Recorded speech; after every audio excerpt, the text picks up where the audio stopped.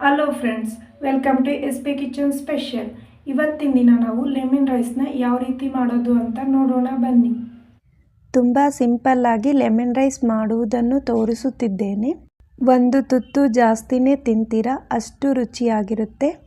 Lemon rice ಯಾವ ರೀತಿ ಸಿಂಪಲ್ಲಾಗಿ ಮಾಡುವುದು, ಇದಕ್ಕೆ ಯಾವ ಯಾವ ಪದಾರ್ಥಗಳು ಬೇಕು ಅಂತ ನೋಡೋಣ. ಮೊದಲು ಫ್ರೈ ಪ್ಯಾನ್ ಇಟ್ಟು ಇದಕ್ಕೆ 2 ಸ್ಪೂನ್ ಎಣ್ಣೆಯನ್ನು ಸೇರಿಸ್ಕೊಳ್ತಾ ಇದ್ದೀನಿ. ಎಣ್ಣೆ ಚೆನ್ನಾಗಿ ಬಿಸಿಯಾದ ಮೇಲೆ 50 ಗ್ರಾಮಷ್ಟು ಕಡಲೆಕಾಯಿ ಬೀಜವನ್ನು ಸೇರಿಸೋಣ. ಮೀಡಿಯಂ ಫ್ಲೇಮ್ನಲ್ಲಿ ಸ್ವಲ್ಪ ಕಡಲೆಕಾಯಿ ಬೀಜದ ಕಲರ್ ಚೇಂಜ್ ಆಗುವವರೆಗೂ ಫ್ರೈ ಮಾಡಿಕೊಳ್ಳೋಣ. ಫ್ರೈ ಆದ ನಂತರ ಒಂದು ಬೌಲ್ನಲ್ಲಿ ತೆಗೆದು ಪಕ್ಕದಲ್ಲಿಡೋಣ. ಇದೇ ಪ್ಯಾನ್ಗೆ 1/4 ಟೀ ಸ್ಪೂನಷ್ಟು ಸಾಸಿವೆ ಸೇರಿಸೋಣ. ಸಾಸಿವೆ ಸಿಡಿದ ನಂತರ 1 ಟೇಬಲ್ ಸ್ಪೂನ್ನಷ್ಟು ಕಡಲೆಬೇಳೆಯನ್ನು ಸೇರಿಸೋಣ. ನಂತರ ಇದಕ್ಕೆ 1 ಟೇಬಲ್ ಸ್ಪೂನಷ್ಟು ಉದ್ದಿನಬೇಳೆಯನ್ನು ಸೇರಿಸೋಣ. ಕಡಲೆಬೇಳೆ ಉದ್ದಿನಬೇಳೆ ಸ್ವಲ್ಪ ಕಲರ್ ಚೇಂಜ್ ಆಗುವವರೆಗೂ ಫ್ರೈ ಮಾಡೋಣ. ಒಂದು 30 ಸೆಕೆಂಡ್ ಫ್ರೈ ಮಾಡಿದರೆ ಸಾಕು.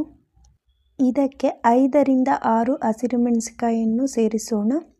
2 ರಿಂದ 3 ಒಣಮೆಣಸಿನಕಾಯಿಯನ್ನು ಸೇರಿಸ್ಕೊಳ್ತಾ ಇದ್ದೀನಿ. 2 ಕಡ್ಡಿ ಕರಿಬೇವಿನ ಸೊಪ್ಪನ್ನು ಸೇರಿಸ್ಕೊಳ್ತಾ ಇದ್ದೀನಿ. ಒಗ್ಗರಣೆ ಪದಾರ್ಥಗಳನ್ನು ಚೆನ್ನಾಗಿ ಫ್ರೈ ಮಾಡಿಕೊಳ್ಳೋಣ. ಸ್ಟವ್ ಲೋ ಫ್ಲೇಮಲ್ಲೇ ಇರಬೇಕು. ನೋಡುತ್ತಿರಬಹುದು, ಒಗ್ಗರಣೆ ಪದಾರ್ಥಗಳೆಲ್ಲ ಫ್ರೈ ಆಗಿದೆ. ಫ್ರೈ ಆದ ನಂತರ ಇದಕ್ಕೆ 1/2 ಟೀ ಸ್ಪೂನಷ್ಟು ಅರಿಶಿನ ಪುಡಿಯನ್ನು ಸೇರಿಸೋಣ. ಒಂದು ಬಾರಿ ಮಿಕ್ಸ್ ಮಾಡಿ ಸ್ಟವ್ ಸ್ವಿಚ್ ಆಫ್ ಮಾಡಿಕೊಳ್ಳೋಣ. ಇದಕ್ಕೆ ಸ್ವಲ್ಪ ಕೊತ್ತಂಬರಿ ಸೊಪ್ಪನ್ನು ಸೇರಿಸುತ್ತಿದ್ದೇನೆ.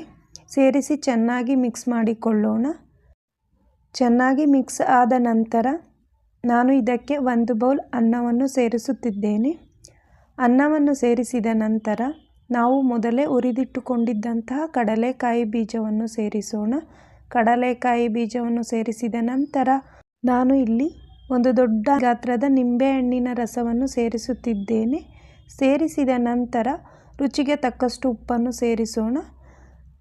ಇವಾಗ ಒಂದು ಬಾರಿ ಚೆನ್ನಾಗಿ ಮಿಕ್ಸ್ ಮಾಡಿದರೆ ಸಾಕು, ಲೆಮನ್ ರೈಸ್ ರೆಡಿಯಾಗಿದೆ. ಒಂದು 5 ನಿಮಿಷದಲ್ಲಿ ರೆಡಿ ಮಾಡುವಂಥ ರೆಸಿಪಿ.